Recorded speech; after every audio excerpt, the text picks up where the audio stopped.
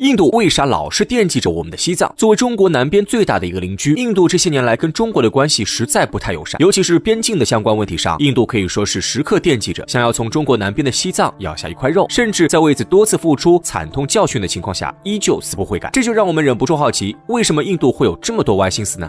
事实上，想要明白这一切，只需要明白为什么西藏属于中国，便能一目了然。在讨论为什么西藏属于中国之前我们需要先搞清楚另外的一个问题，那就是什么是中国？关于这个话题，有不少专家学者都曾给出过自己的答案。例如，来自云南大学民族与社会学的方铁教授就认为，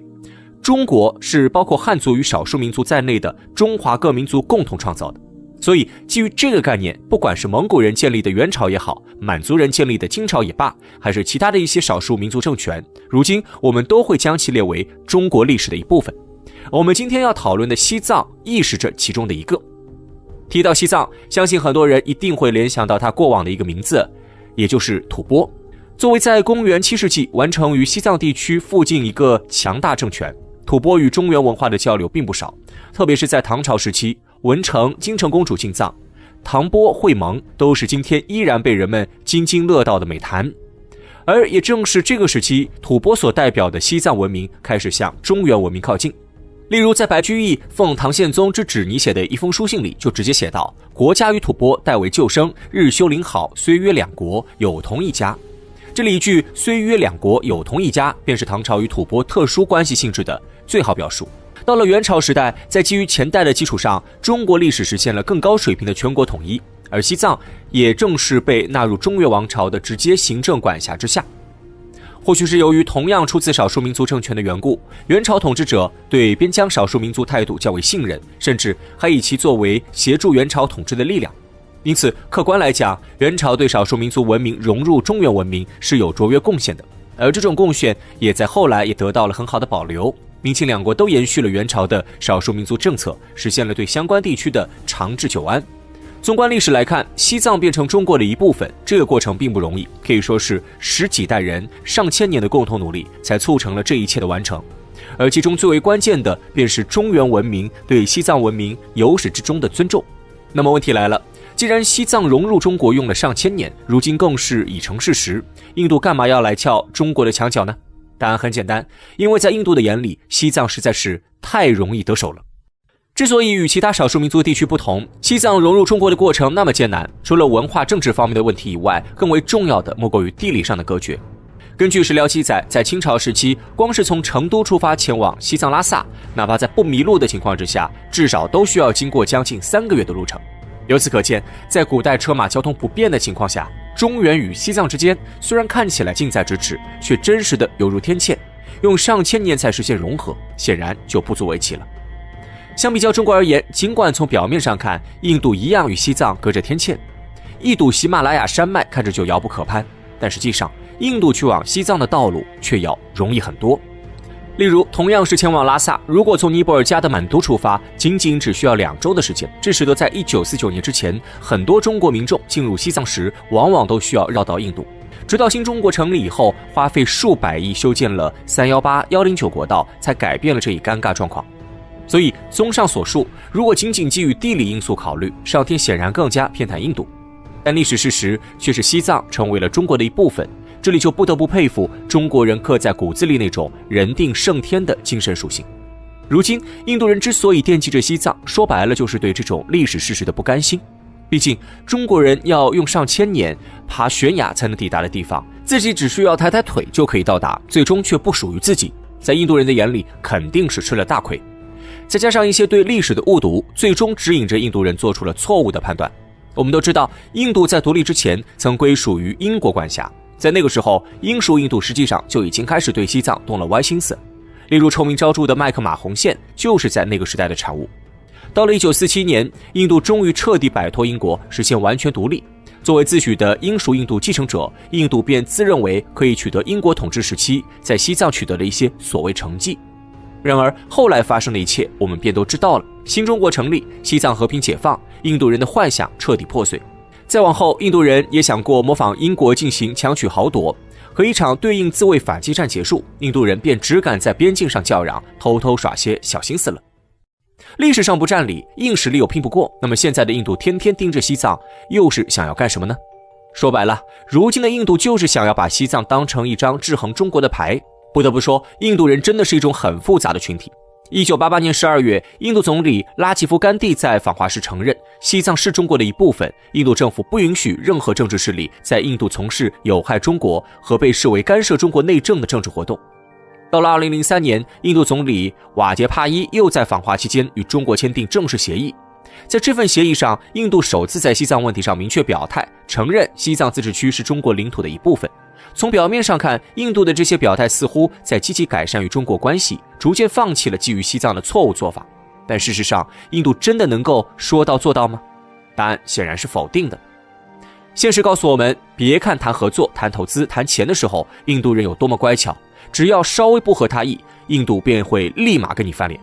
2016年，莫迪上台成为印度新一届总理，在他的手上，西藏问题逐渐变成了印度制衡中国的手段。在短短的1年时间里，莫迪政府就多次打破两国之间关于西藏的约定，甚至还公开怂恿美国驻印度大使前往藏南。毫无疑问，印度的种种做法都是严重侵犯中国底线的。那么，为什么印度要冒着得罪中国的风险这么做呢？因为在印度看来，这是他通向大国身份的必经之路。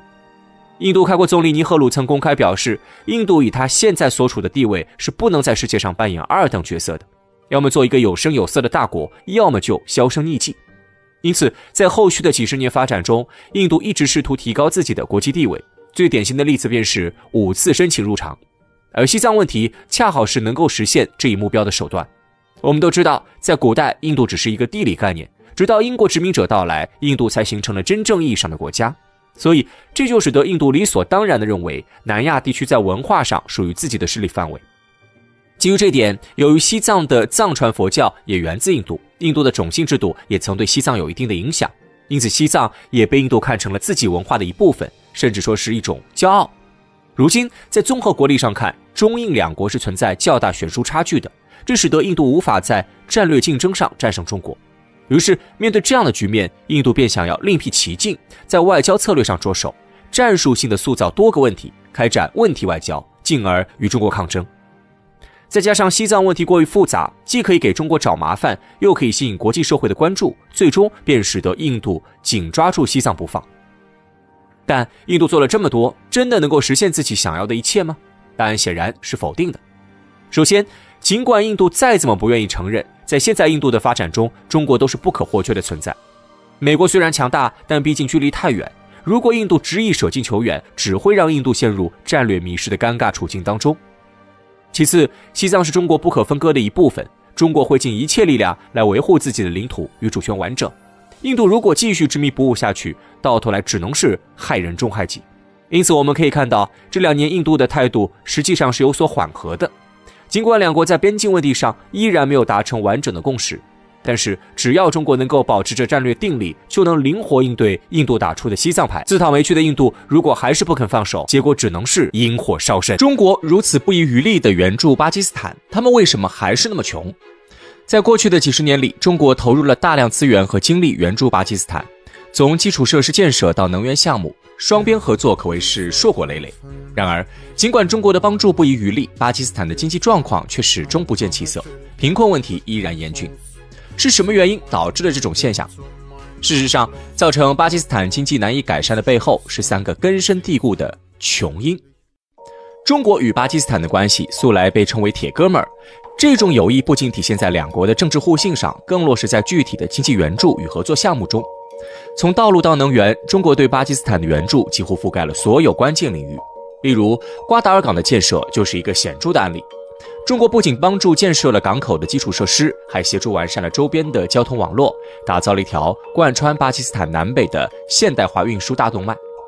这一举措不仅使巴基斯坦在全球贸易中占据了更为有利的位置，也为当地创造了数万个就业机会。然而，尽管中国对巴基斯坦的援助不遗余力，涉及领域广泛且影响深远，但巴基斯坦依然未能走出贫困的阴影。这背后主要是由于巴基斯坦的穷因。巴基斯坦的经济发展长期受到外部环境的巨大挑战，使得这个国家难以真正专注于经济建设，是这个国家的第一个穷因。印巴关系的紧张是巴基斯坦外部环境中的一个关键因素。这两个拥有核武器的邻国自1947年分治以来，已经多次在克什米尔问题上爆发冲突。每一次边境的军事对峙和冲突，不仅消耗了巴基斯坦大量的军事资源，也给经济发展带来了巨大的不确定性。为了应对印度的威胁，巴基斯坦不得不将大量财政预算投入到国防开支中，军费开支在巴基斯坦的国家预算中占据了相当大的比重。这种军事优先的政策，使得原本有限的国家资源无法集中于经济建设，进一步加剧了其经济困境。同时，阿富汗局势的持续动荡对巴基斯坦的安全和经济也构成了严峻的挑战。巴基斯坦与阿富汗有着漫长的边界线，而阿富汗多年来的战争和内乱导致大量难民涌入巴基斯坦，这不仅增加了巴基斯坦的社会负担，也对其国内经济造成了巨大压力。此外，跨境的恐怖主义活动频繁，巴基斯坦不得不在边境地区加强军事部署，这些都增加了国家的安全负担，进一步挤压了用于经济发展的资源。巴基斯坦还面临着国际反恐战争的复杂局势。作为反恐战争的前线国家之一，巴基斯坦在打击恐怖主义的行动中付出了巨大的代价。国内的恐怖袭击事件频发，基础设施多次遭到破坏，经济损失不可估量。尽管国际社会对巴基斯坦的反恐努力给予了一定的援助，但面对巨大的安全压力和频发的恐怖袭击事件，巴基斯坦的经济环境依然动荡不安。反恐战争所带来的经济损失和安全困境，使得巴基斯坦很难在短时间内实现稳定和繁荣。综合来看，巴基斯坦所处的外部环境极为复杂且充满挑战。这些外部威胁不仅直接影响到国家的安全和稳定，也间接阻碍了其经济发展的进程。巴基斯坦的内部政治斗争犹如一场无休止的戏剧，深深地影响了国家的发展轨迹，成为这个国家难以回避的琼因。自从1947年独立以来，这个国家就一直在军政府与民选政府之间反复摇摆，每一次政权更迭都伴随着经济政策的剧烈变化和社会的不安定。在巴基斯坦的历史中，军方一直是一个不可忽视的强大力量。多次军事政变让军方在国家政治中占据了重要位置，甚至在一些时期直接掌控国家政权。频繁的政权更替使得每一届政府都难以施展宏图，经济政策常常半途而废，改革措施无法持续推进。同时，巴基斯坦的政党政治也极具分裂性和对抗性，主要政党之间的矛盾尖锐，不仅彼此攻讦，还经常通过不正当手段打击对手。这样的政治环境导致国家的政策制定和实施难以形成共识，政府无法集中精力应对经济和社会问题。各党派为了各自的利益，将大量时间和精力投入到政治斗争中，而非为国家的长远发展考虑。政策的不连贯和不稳定，使得巴基斯坦的经济环境充满了不确定性，严重打击了投资者的信心。此外，巴基斯坦的地方政治也存在着严重的问题。由于各地区经济发展水平和政治利益的不同，地方政府和中央政府之间的矛盾时有发生。这种中央与地方之间的博弈，导致许多重要的经济和基础设施项目在执行过程中遇到阻碍。宗教因素在巴基斯坦的政治斗争中也扮演了重要角色。作为一个伊斯兰共和国，巴基斯坦的政治环境深受宗教影响，宗教派别之间的分歧和冲突时常演变成政治斗争的工具。为了平衡各方利益，政府往往采取妥协态度，这导致了一些急需的经济改革难以真正落实。所有这些政治纷争所带来的不确定性，成为了制约巴基斯坦经济发展的重要因素。一个国家的繁荣需要有稳定的政治环境和持续的政策支持。然而，巴基斯坦长期以来的内部政治斗争导致了国家发展目标的迷失，使得经济政策无法有效实施。正是这种政治上的混乱和不安定，使得巴基斯坦在获得大量外部援助的情况下，仍然未能实现经济的腾飞和社会的进步。要走出贫困的困境，巴基斯坦必须首先解决其内部的政治问题，为国家的发展创造一个更加稳定和可持续的环境。巴基斯坦的贫困问题并不仅仅是由于外部威胁和内部政治斗争造成的，更深层次的原因还是在于其社会经济结构存在的严重缺陷。这些结构性问题，如基础设施薄弱、教育水平低下、人口增长过快以及资源分配不均，使得巴基斯坦难以建立起一个高效且包容的经济体系。这些问题交织在一起，使得贫困成为一个长期存在的顽疾。基础设施的不足一直是巴基斯坦经济发展的一个重大瓶颈。尽管有外部援助和投资，尤其是来自中国的支持，但巴基斯坦的基础设施建设仍然远远落后于需求。这种不足不仅表现在公路、铁路和港口等交通网络上，也体现在电力供应、水资源管理等基本服务方面。基础设施的欠缺直接影响了经济活动的效率，使得生产成本高企，企业难以扩展。尤其是在偏远地区，基础设施的落后更是导致经济机会匮乏，地区发展极为不平衡。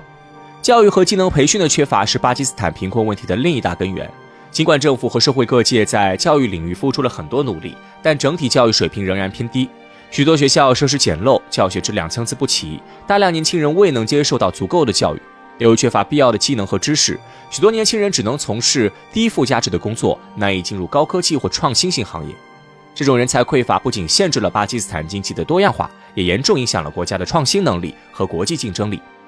此外，巴基斯坦的人口增长速度也是其经济发展面临的巨大挑战之一。